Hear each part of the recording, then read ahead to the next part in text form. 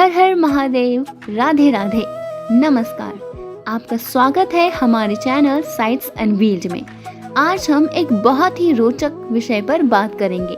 आज मैं आपको बताऊंगी कि भगवान श्री कृष्ण जो बहुत ही नटखट हैं और इन्हें वृंदावन के कान्हा, गोकुल के गोपाल के नाम से जाना जाता है। क्या आपने कभी सोचा है कि श्याम सुंदर अपने मुकुट पर मोर का पंख क्यों लगाते हैं?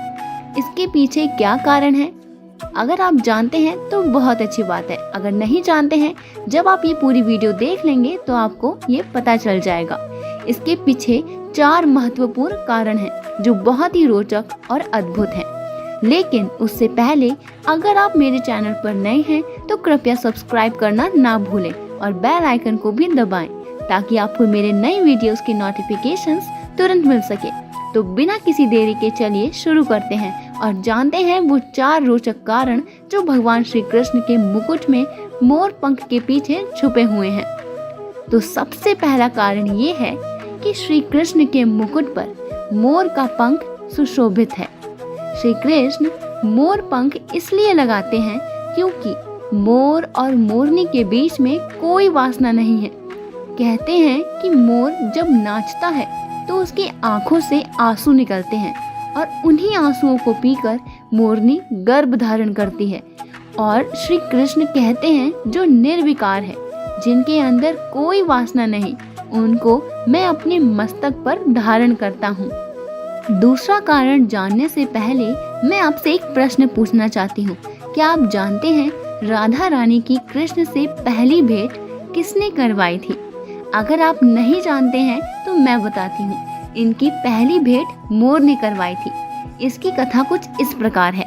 एक मोर था जो कृष्ण के आंगन में रोज कहता था कृष्ण कृष्ण कृष्ण, और उसे जब कृष्ण जी के दर्शन नहीं हुए तो मोर रोने लगा।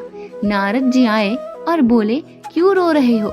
मोर ने कहा कि मुझे कृष्ण जी के दर्शन नहीं हो रहे। तो नारद जी ने बोला तो राधे राधे जपेगा तो कृष्ण मिल जाएंगे, कृष्ण कृष्ण जपने से कृष्ण नहीं आएंगे।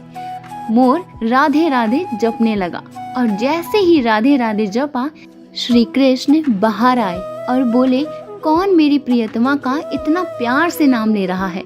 मोर नाचने लगा और बोला वाह प्रभु वाह, बरसों से तुम्हारा नाम जप रहा था, एक झलक तक नहीं दिखाई, और आज पहली बार राधा जी का क्या नाम ले लिया तो तुमने दर्शन ही दे दिए। तो वो बरसाने की तरफ तुरंत भागने लगा एकदम प्रसन्न होकर, क्योंकि वह बहुत ज्यादा खुश था कि आज उसको कृष्ण जी के दर्शन हो गए। और वो बरसाने की तरफ इसलिए भाग रहा था क्योंकि कृष्ण जी के दर्शन उसको राधा रानी की वजह से हुए, तो वह राधा रानी का भी दर्शन करना चाहता था। तो मोर राधा रानी की तरफ भागा और वहाँ से राधा रानी सखियों के संग आ रही थी और यहाँ से कृष्ण पीछे पीछे दौड़ रहे थे। रुक जा मोर, रुक जा, राधा का क्या संदेशा लाया है? आगे से राधा रानी, पीछे से कृष्णा और बीच में मोर खड़ा हो गया और खुशी से नाचने लगा। आज राधा कृष्णा की पहली भेंट इस मोर के कारण हुई। राधा ने कृष्ण को देखा और कृष्ण ने राधा को। दोनों एक दूसरे को देखकर आनंदित हो उठे। राधा रानी ने सोचा मैं कृष्ण को क्या दूं? उनके पास उस वक्त ऐसी कोई वस्तु मौजूद नहीं थी कि वो श्री कृष्ण को एक तोहफे के रूप में दे सके। लेकिन जब उन्होंने मोर को देखा तो उसके पास से एक मोर पंखी उठाकर श्याम सुंदर को दे दिया। श्याम सुंदर ने सोचा ये राधा रानी का दिया हुआ पहला तोहफा है, इसे कहाँ सजाऊं? तो श्याम सुंदर ने उसे अपने माथे पर सजा लिया। तब से लेकर अब तक मोर का पंख उनके मुकुट पर धारण है। तो अब मैं आपको बताती हूँ इसका तीसरा कारण।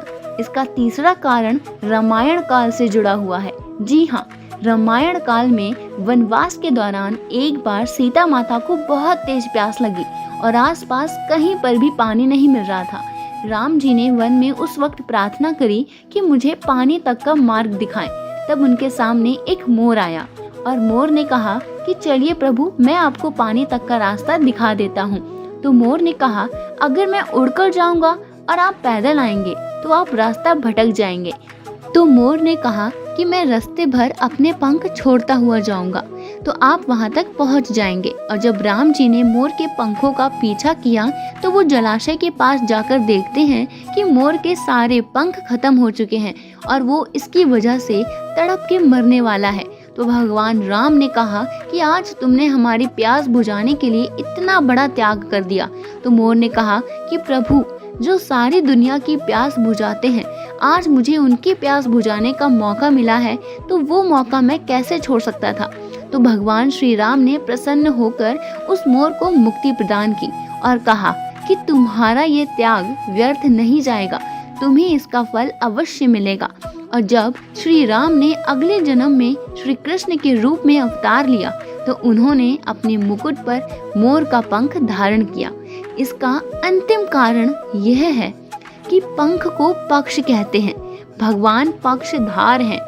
जैसे माता सदा अपने बच्चे का पक्ष लेती है, उसी प्रकार भगवान सदा अपने भक्तों का भी पक्ष लेते हैं। इसलिए भगवान को पक्षधार कहते हैं। तो मोर पंख को भी पक्ष नाम से पुकारा जाता है। इस रोचक कथा में हमने देखा कि भगवान श्री कृष्ण के मुकुट पर मोर का पंख क्यों धारण है और इसके पीछे छिपे 4 महत्वपूर्ण कारण क्या है। हर एक कारण का अपना अलग अलग महत्व है। आपको इन सभी कारणों में से सबसे उचित कारण कौन सा लगा, कमेंट में अपनी राय अवश्य दें। इससे हमें प्रेरणा मिलेगी कि हम आपके लिए ऐसे ही रोचक तथ्य और लेकर आएं। अगर आपको यह वीडियो पसंद आई हो तो प्लीज़ इसे लाइक करें और अपने दोस्त और परिवार के साथ शेयर करें। और अगर आपने अभी तक हमारा चैनल साइट्स एंड व्हील्ड को सब्सक्राइब नहीं किया तो अभी सब्सक्राइब करें और बेल आइकन को भी प्रेस करिए। हमारी अगली वीडियो की नोटिफिकेशंस आप तुरंत प्राप्त कर सकेंगे। धन्यवाद। मिलते हैं आपको अगले रोचक विषय पर। तब तक अपना ख्याल रखिएगा और हर हर महादेव, राधे राधे जपिएगा।